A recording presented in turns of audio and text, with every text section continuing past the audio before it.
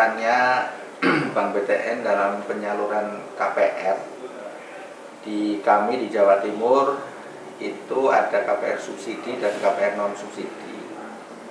Sementara untuk target kredit konsumer tahun 2022 itu sebesar 5,8 triliun atau kalau dalam unit itu kurang lebih di 26.787 unit, di mana yang subsidinya kami harus realisasi di 1,72 triliun atau di 12.500 something.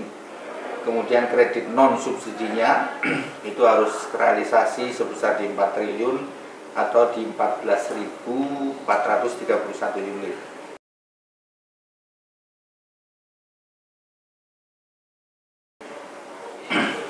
Khusus yang KPR-nya saja yang non subsidi, berarti yang di luar subsidi itu targetnya adalah di 2,89 triliun atau di 8.700 unit ya. Kemudian untuk secara kuota dari 4 kantor cabang konvensional dan 14 KCP yang ada di Surabaya Raya, jadi wilayah kami itu di Jawa Timur, kemudian Bali dan Nusa Tenggara Timur dan Nusa Tenggara Barat.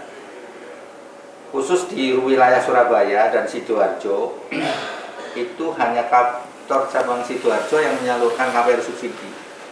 Di luar itu penyalurannya adalah di KPR yang non subsidi. Karena apa? Di wilayah Surabaya Raya ini harga tanah sudah sangat mahal. Jadi untuk jualan rumah subsidi sepertinya kurang terjangkau.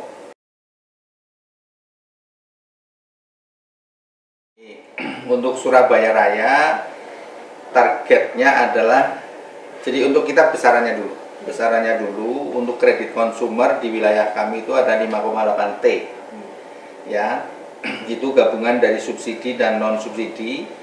Untuk yang subsidi 1,72 triliun, kemudian yang non subsidinya ada di 4 triliunan. Dari wilayah Surabaya Raya itu di kami itu ada sekitar 4 cabang dan 14 kantor cabang pembantu. Sementara di yang subsidi itu hanya di cabang Sidoarjo, itu pun wilayah realisasinya itu ada di Pasuruan dan Probolinggo. Ya, sementara selebihnya baik di kantor cabang Surabaya, kemudian di Mulyosari, kemudian ada di Surabaya Bukit Darmo, semuanya itu ada non subsidi. Jadi yang subsidi Surabaya Raya itu hanya ada di Sidoarjo, selebihnya itu ada di Gresik, Mojokerto, kemudian ada di Madiun dan di Kediri.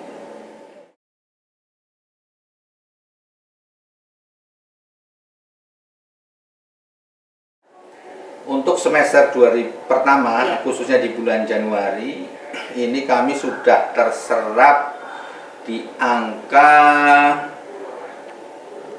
316 miliar. Khusus untuk bulan Januari toh. Ya, itu di angka subsidi atau non subsidi? Untuk subsidinya itu di 126 miliar, kemudian yang non subsidinya di 145 miliar.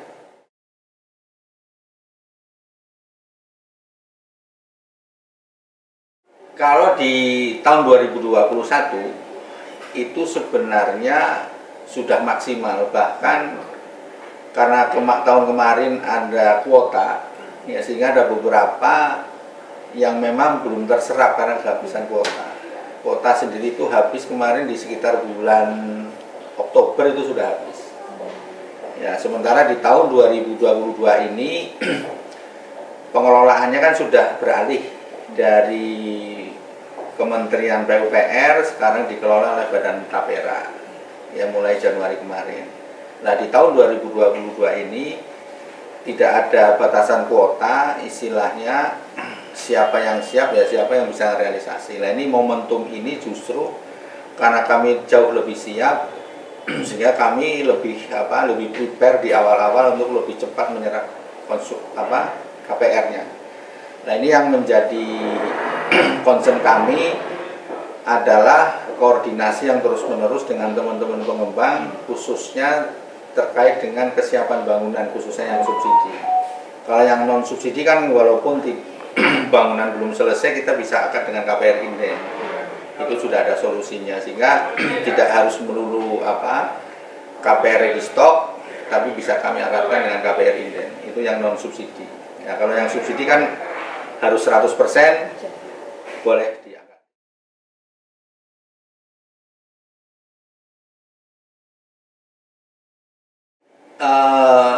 Khususnya di wilayah Gresik, Mojokerto, Kediri, dan Madiun, itu merupakan lumbung-lumbung subsidinya. Kalau Surabaya sama Sidoarjo sendiri, Pak? Sidoarjo sementara kami fokus di non subsidi, karena untuk pemenuhan rumah subsidi khususnya di Surabaya dan Sidoarjo itu karena kendala lahan yang sudah sangat mahal. Di Sidoarjo karena wilayah kerjanya sampai di Pasuruan dan Probolinggo, nah di daerah-daerah situ masih ada penyerapan rumah.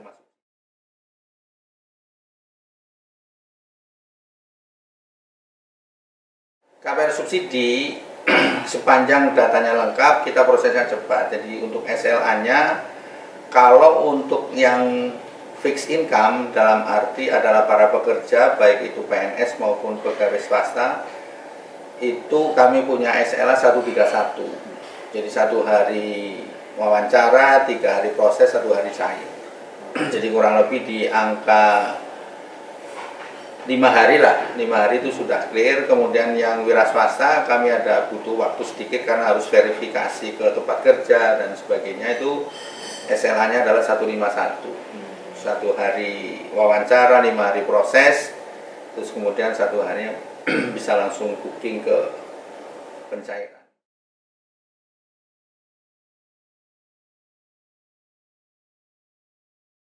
Untuk tidak realisasi maksudnya karena kesiapan bangunan rata-rata. Kesiapan bangunan yang belum 100%. Nah, ini yang menjadi problem juga kami di lapangan karena realisasi KPR subsidi itu rumah sudah harus 100%. Nah, kendala sekarang adalah musim hujan. Ya, musim hujan sehingga sementara debiturnya sudah kita setujui untuk akad kredit, tapi karena kesiapan bangunan di lapangan belum ready, sementara ya kami tunda sampai dengan bangunannya 100% selesai. Tapi tidak membutuhkan waktu lama lah. Kalau rata-rata bangunan rumah subsidi itu 3 bulan sudah selesai.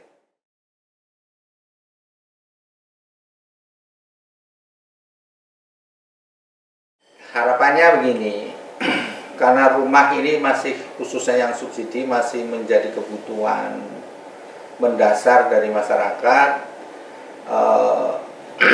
Supportnya Bank BTN tetap terus kami dukung kepada teman-teman pengembang. Jadi harapan kami di BTN mudah-mudahan anggaran untuk rumah subsidi ini masih bertahan terus.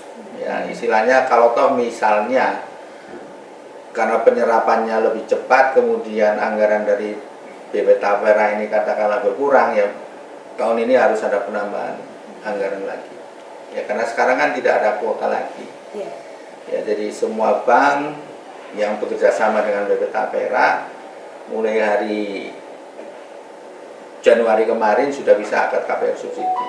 Ya, sementara yang non subsidi harapannya kadang kendala-kendala di lapangan, terutama di kebijakan-kebijakan di pemerintah daerah yang harus bisa simultan untuk mendorong bisnis perumahan.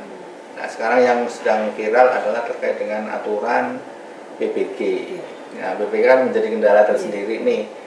Nah, ini mudah-mudahan semua stakeholder ini bisa segera untuk memberikan solusi. Ya, solusi karena belum semua daerah ini mengeluarkan perda terkait PBG.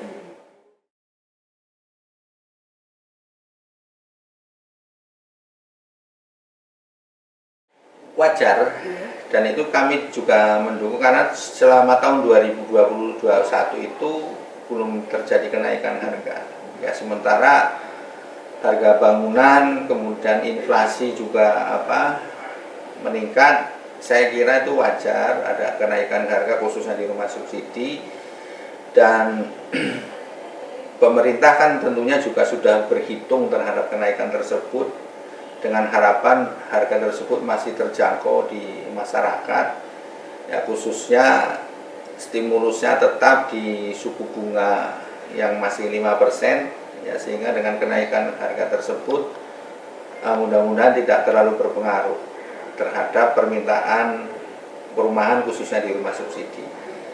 Yang penting nanti bagaimana peran perbankan dan teman-teman pengembang ini terus-menerus mengedukasi kepada masyarakat bahwa rumah ini menjadi kebutuhan utama.